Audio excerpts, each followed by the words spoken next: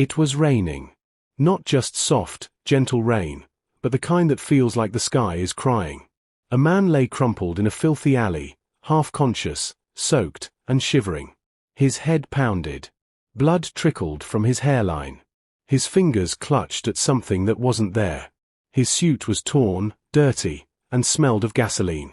But the worst part? He didn't know who he was. Not his name. Not where he lived. Not even why he was there. The cold from the pavement stung his bones. He tried to move, but his limbs felt too heavy. The only thing that kept him awake was the pain. He pushed himself up slowly, hands trembling. The alley was empty, except for rats and the sound of water dripping from pipes. A torn poster flapped in the wind nearby.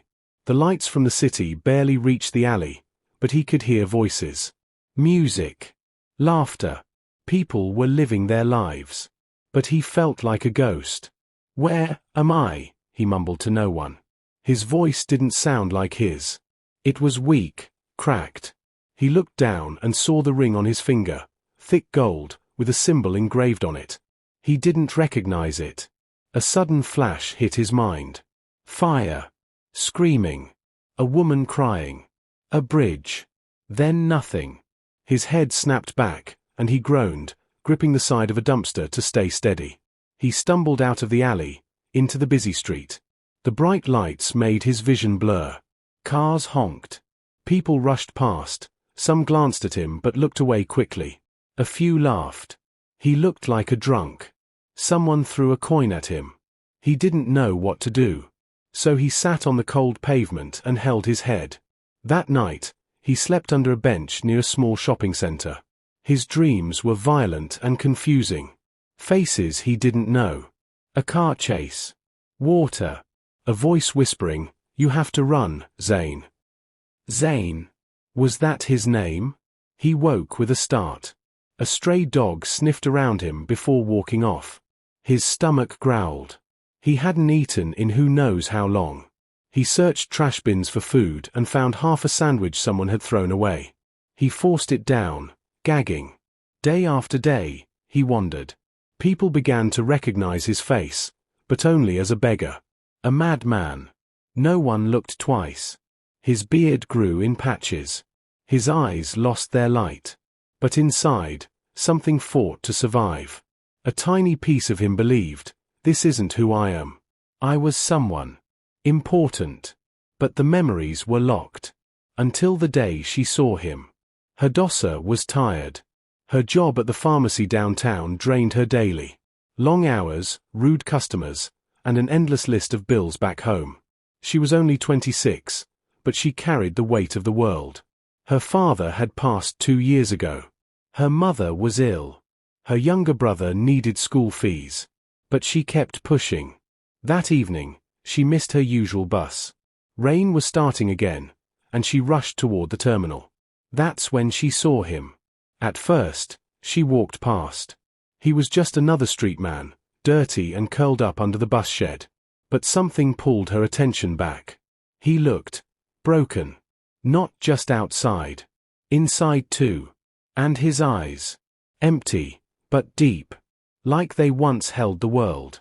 She hesitated. "Don't do it," she whispered to herself. "You can't save everyone." But her feet moved anyway. She crouched beside him. He flinched. "Hey," she said softly. "Are you okay?" He looked at her. His lips parted, but no words came out. "Do you have a name?" Silence. She tried again. "Can you stand?" He nodded slowly, wincing in pain as he tried. People watched.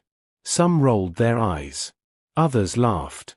Hadassah ignored them. "Come with me," she said. He followed her like a lost child. Her apartment was small. 1 bedroom, peeling paint, a tiny kitchen, and a couch that doubled as her bed. She helped him to the bathroom, gave him a towel, and handed over some of her brother's old clothes. "I'm not crazy," he said for the first time that night. She looked at him. "I know. I just don't know who I am." She nodded. "That's okay. You don't have to know everything tonight." He stared at the wall. I keep seeing fire. Bad dreams. I think they're memories. She brought him a warm plate of rice. He ate like someone who hadn't seen food in days. You need a name, she said. He looked at her. Until you remember, I'll call you Jay. He gave a weak smile. Jay, sounds okay. She smiled back. I'm Hadassah. He repeated it. Ha, Dassa. That night, he slept on her couch. She watched him from the kitchen. There was something about him. Something too polished. Even lost, he sat like someone trained. Ate with manners. And when he said thank you, it felt like something deeper. She didn't know it yet, but Jay wasn't just some random man. He was Zane Williams, one of the richest men in the country. And someone out there wanted him to stay lost. The next morning, Jay woke up to the sound of water boiling in a kettle. For a moment, he forgot where he was. Then he saw the small, dusty ceiling fan spinning slowly above him. The couch he slept on was firm but clean, and a thin blanket covered him. He sat up and looked around. The room was bright. Sunlight slipped through the pale pink curtains. He could smell something, eggs, maybe bread. His stomach rumbled. Then Hadassah walked out of the kitchen, dressed in a simple green blouse and black jeans. Her hair was tied into a bun, and she carried 2 mugs of tea. You're awake, she said, offering him one of the mugs. He nodded, slowly sitting up. Thanks. You slept like a rock. I even checked twice to see if you were still breathing. Jay gave a small laugh, the first since he could remember. Hadassah sat on the armrest of the chair across from him. Do you remember anything new? Jay shook his head. Only that I still don't know who I am. Just flashes, fire, water, screaming. She watched him closely. You said something last night. You saw fire. He nodded. And a voice. A woman crying. I don't know if it was real or a dream. You were wearing an expensive suit when I found you, she said quietly. Torn and dirty, but the material, and your watch, well, what was left of it, it looked expensive. And the ring.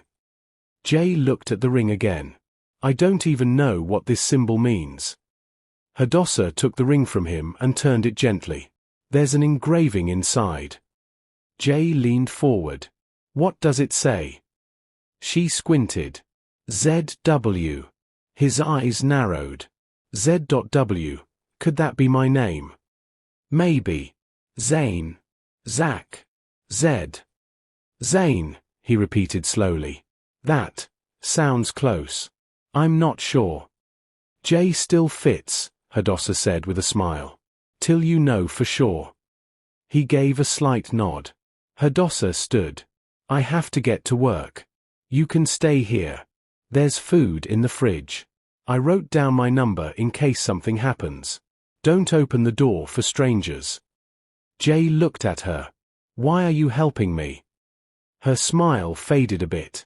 Because once, someone helped me too. And I believe people deserve second chances. Even when they don't know they need one. He didn't know what to say. She grabbed her bag, slipped on a pair of flats, and gave a small wave. See you later, Jay. And just like that, she was gone. Jay walked around the small apartment. There were photos on the wall, Hadassah with a younger boy, maybe her brother. A woman in a hospital bed. Her mom, he guessed. The place was modest but warm. Books were neatly stacked beside the couch. A tiny TV sat on a worn table. There was peace here. And for the first time in weeks, maybe months, Jay felt safe. He took a long shower and changed into the second set of clothes she left for him. They didn't fit perfectly, but he didn't care. He opened the fridge and found bread and eggs. Carefully, he made himself a sandwich. He ate slowly, feeling normal again. Then he saw the notepad Hadassah left on the kitchen counter. A to-do list. Buy painkillers. A mom's clinic visit next week. A remind checker about school fees. Check on Jay. He smiled when he saw his name there. He didn't know her well, but Hadassah was real. Kind. The kind of person people forgot still existed. Later that afternoon, Jay decided to step outside. Just for a moment. The streets weren't crowded. Children played with old tires. A man sold roasted corn on the roadside. A woman was arguing with her son about his torn school uniform. Jay stood by the fence, watching. Then someone called out, "Hey, aren't you that guy from the junction? The one who sleeps under the bus shed?" He turned to see a woman frowning at him. "You clean up nice now, huh?" Jay didn't respond. He just walked back inside and locked the door. His hands were shaking. He wasn't safe yet. And someone might still recognize him. But for the wrong reasons. That evening, Hadassah returned, looking tired. She kicked off her shoes and groaned. "One woman screamed at me because her medicine was the wrong color. I told her color doesn't affect how it works, but she said I was trying to poison her." Jay laughed. "Did you?"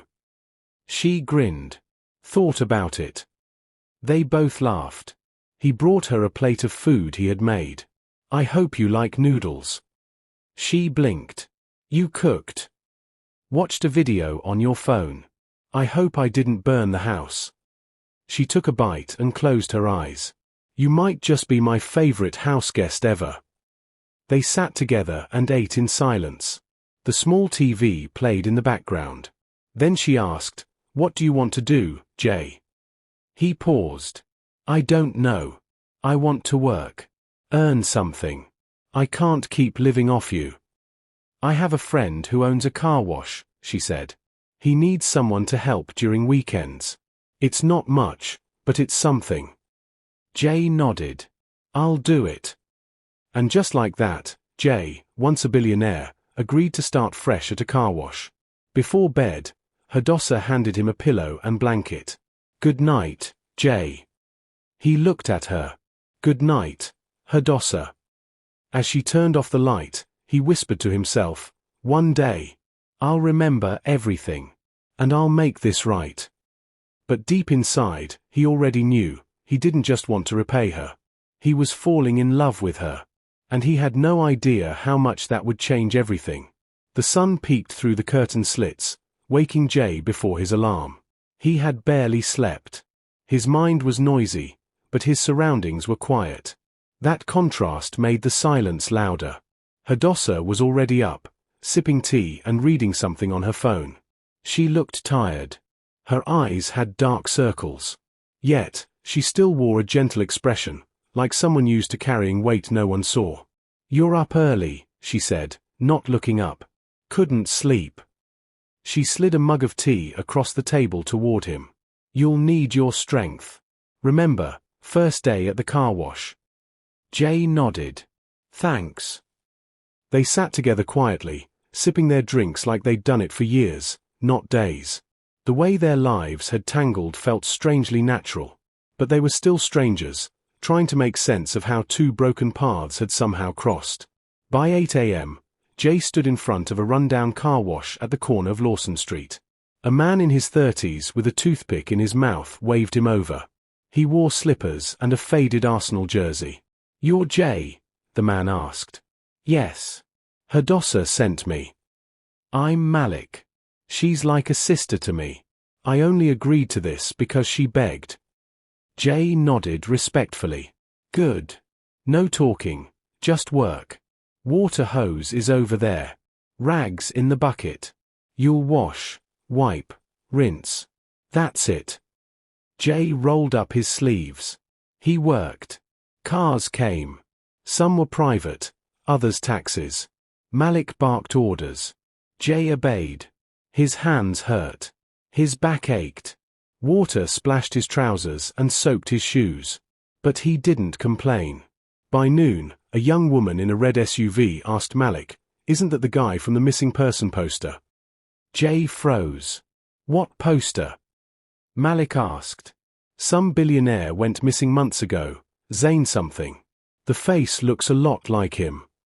Jay turned his back quickly and walked to the tap. Malik chuckled. "Billionaire coup? That one? He day wash tire." She laughed. "True." Jay's heart pounded. Even the name Zane felt like a rock dropped in his chest. He had heard that name before. That night, back at the apartment, Jay sat in silence while Hadassah prepared dinner. "You okay?" she asked. "Someone said I looked like a missing billionaire today." She paused. "Did that bother you?"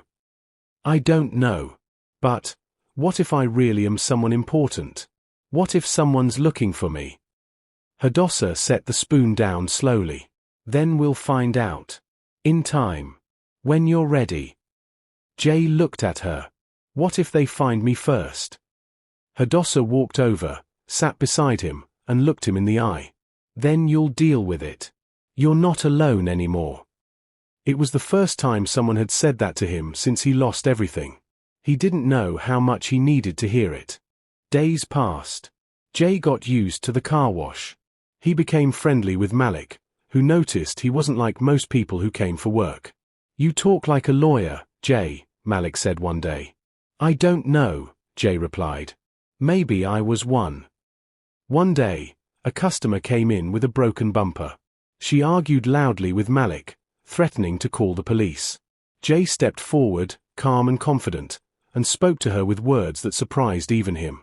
"Madam, we acknowledge the damage.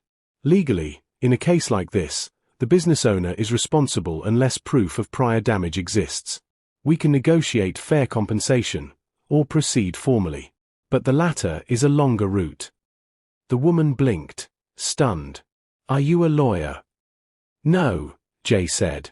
"At least, I don't think I am." She eventually agreed to take a small payment and left peacefully. Malik stared at Jay. "You sure say you be beggar before?" Jay chuckled, but inside, he was shaken. The way the words came out, it felt like muscle memory. He was somebody. At night, he began helping Hadassah more at home. He fixed her leaky tap, rewired a broken bulb, organized her bookshelves. "Where'd you learn all this?" she asked one evening. "I don't know," he said. "My hands just remember what my mind forgets." Hadassah nodded slowly. "Our hands know the truth we bury. That's what my mom used to say." She sat beside him, a bit closer than usual. They didn't say much. Just sat there. Two strangers, slowly becoming something else. On a Saturday morning, Jay cleaned the house while Hadassah was out shopping. He found an old showbox under her bed filled with letters and photos. One picture caught his attention. It was a young Hadassah with her mom and brother. They were outside a rundown building with a wooden sign that read, "New Life Clinic." On the back was a note. "This is where healing began. Never forget who you are." He placed it back carefully.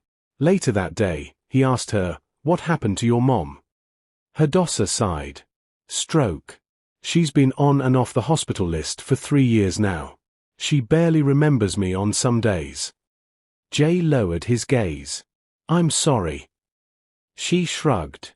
"Life happens. We keep going. You're strong." She smiled. "No. I'm just tired, but I don't have the option to quit." That night, Jay looked at her differently. She wasn't just kind. She was brave. The next morning, something strange happened. Jay was cleaning the porch when a little girl walked up to the gate. She stared at him, wide-eyed, holding a broken doll. "You look like the man on my mommy's laptop," she said. Jay froze. "What man?" She held the doll tighter. "The man in the video. My mommy said he vanished in the fire. She said he had a lot of money." Jay bent down. "What else did your mommy say?" She shrugged. "That he was too good to stay alive." Before he could ask more, her mother called her from down the road and she ran off. Jay stood there, stunned. What fire? Too good to stay alive? Pieces of his mind were coming back. Slowly. Like puzzle pieces drifting to the surface. And each piece made him more afraid of what the full picture might look like. Jay woke up in a cold sweat. It wasn't the heat. It was the dream. Same flashes. Same chaos. A woman screaming. Tires screeching. A fire roaring so loud it drowned everything else. But tonight, something new appeared. A gold key. He reached toward it in the dream, but the moment he touched it, he woke up gasping. He sat up on the couch, breathing hard, the blanket tossed to the floor. He looked around the room, Hadassah's quiet apartment, the scent of lemon soap and freshly folded laundry. Safe. But he didn't feel safe. He touched the ring on his finger. ZW. Was the gold key part of a safe? A vault? A secret? His secret? Something was locked inside him. Something big. And he was afraid to open it. Later that morning, Hadassah sat across from him eating akara and pap. "You look like you've seen a ghost," she said. "Maybe I have." She raised an eyebrow. "Talk to me." "I had a dream again. More pieces. Fire, screaming, and this time, a key. It looked important. I could almost touch it." Hadassah leaned forward. "Jay, I think your memory is trying to break through. Or maybe I'm going crazy." "You're not crazy. Your body remembers things even if your mind doesn't." Jay nodded slowly. "I'm scared, Hadassah." "Of remembering?" "No. Of what I'll find when I do." At the car wash later that day, a sleek black Mercedes pulled in. The driver, a man in a sharp grey suit, stepped out and glanced around. Jay felt a strange tension in the air. The man handed Malik his keys, then paused when he saw Jay. Their eyes locked. "You look familiar," the man said. Jay shrugged. "I get that a lot." "No. I'm sure of it. Have we met?" Jay shook his head. "I don't think so." The man stared at him a little longer, then said, "You ever worked in tech?" Jay blinked. "I don't know." "You look like someone from the old Zenith Tech team. Before the fire." Jay's heart dropped. "What fire?" The man looked confused. "You haven't heard of the Zenith Tech tragedy? The CEO died in a fire. Billionaire. Zane Williams. It was all over the news." Jay froze. ZW. Zane Williams. I need to check something," Jay stammered, quickly heading into the back. His head spun. Hadassah was right. His mind wasn't lost. It was hiding. And the name Zane Williams had just unlocked something.